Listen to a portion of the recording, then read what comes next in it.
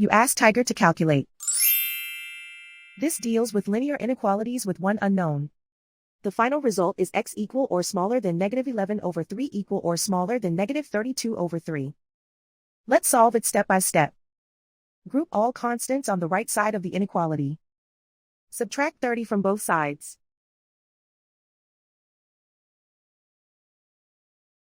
Simplify the arithmetic.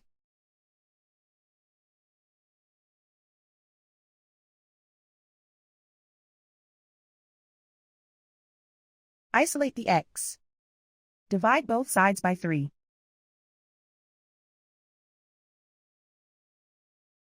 Simplify the fraction.